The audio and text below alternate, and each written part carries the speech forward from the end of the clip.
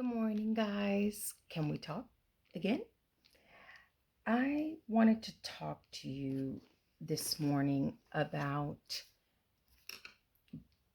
going to be tangible in someone's life.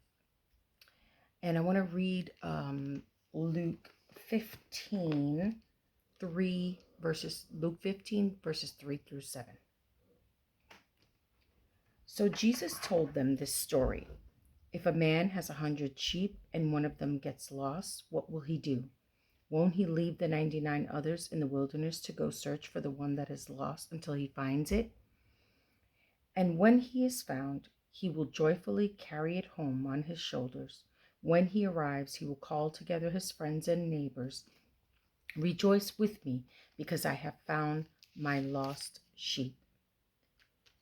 In the same way, there is more joy in heaven over one lost sinner who repents and returns to God than over the 99 others who are righteous and haven't strayed away. I want to talk to you a little bit about that because I feel like we need to be better, and I start with myself first, at being a tangible presence in people's lives. We are living in such a time where people are so lost. The world is so difficult, it's so dark, that people need a tangible presence, a tangible friend. It goes right alongside with what I was saying a couple days ago. We need to be more tangible in people's lives. And sometimes I know that our friends, sometimes when people are going through things, they isolate and you call or you haven't seen them and maybe they don't answer your phone calls and maybe they just are going through something that has caused them to isolate. Or the other possibility is that they are having a response out of trauma, a past trauma that has nothing to do with you, and that is their way of fight or flight. So I want to encourage you to really try harder with your friends, and I'm doing the same. I am trying so hard to be more present in my friends' lives, be more active in my friends' lives, because I think that if we have to be honest, we've lost that example. Jesus did not leave people's lives when it got messy. In fact, Jesus met people where they were. Jesus met the woman at the well. That's just one example because his entire ministry was built on going to people, not sitting in his self-righteous position and rightfully so wanting people to come to him. He was Jesus. But we've lost the example of going to people. And I really believe that in this parable, although it is talking about the lost sinner, the truth of the matter is that why do we have to wait until a person is lost? Why not catch them in the gap of that, in their problem when they're falling astray, so that they don't become lost?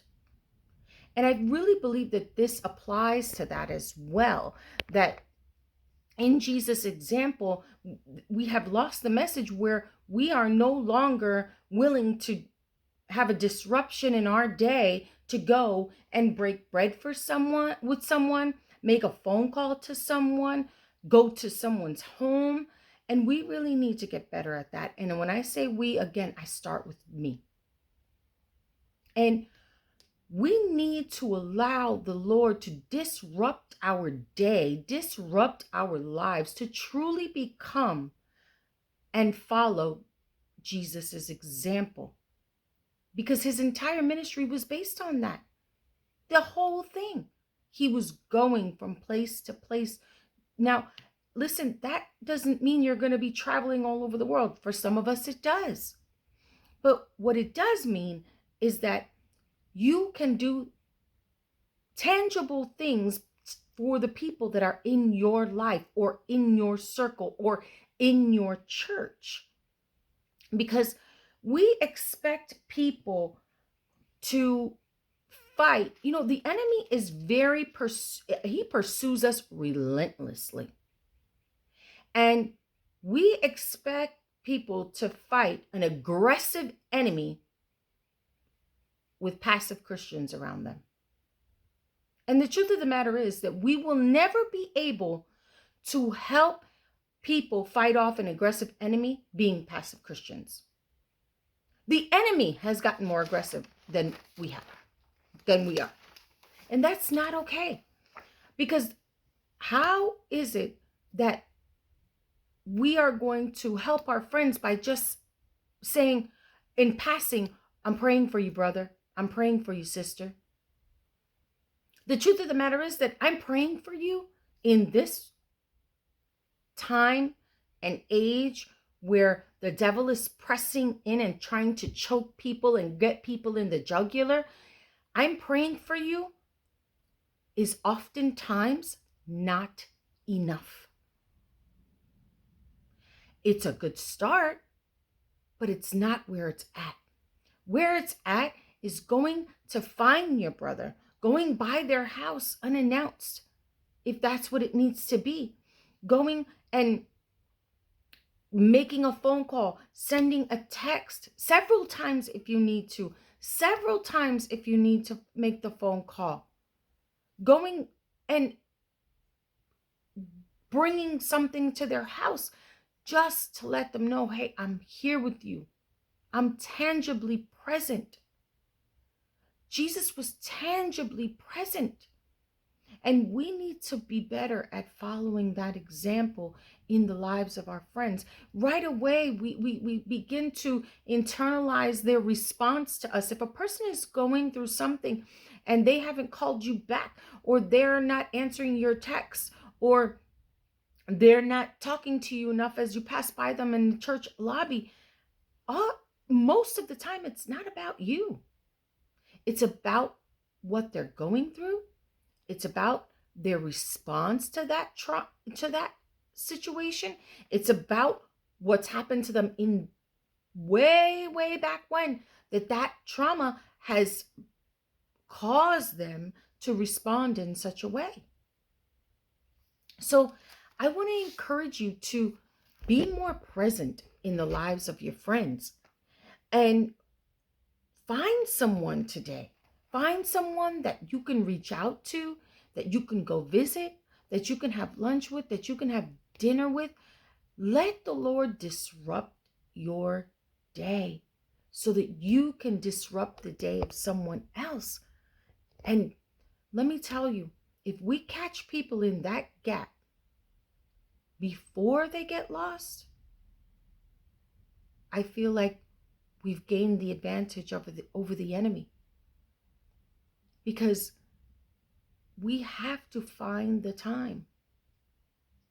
Yes, we can be busy, but busy doing what? We have to choose people over tasks. And sometimes that means leaving the dishes dirty so that you can go make a phone call, or buying pizza tonight for your family so that time that you would have spent making dinner, you're going to go visit somebody in the thick of what they're going through. So just remember that everyone is going through something. None of us are problem free. And I want to encourage you, reach out to somebody today in a tangible way. A phone call, a lunch, a dinner, a drop off. People need you. And Jesus has set the example for us. I love you. I hope today's a wonderful day. May God bless you and highlight who it is in your life that needs you today.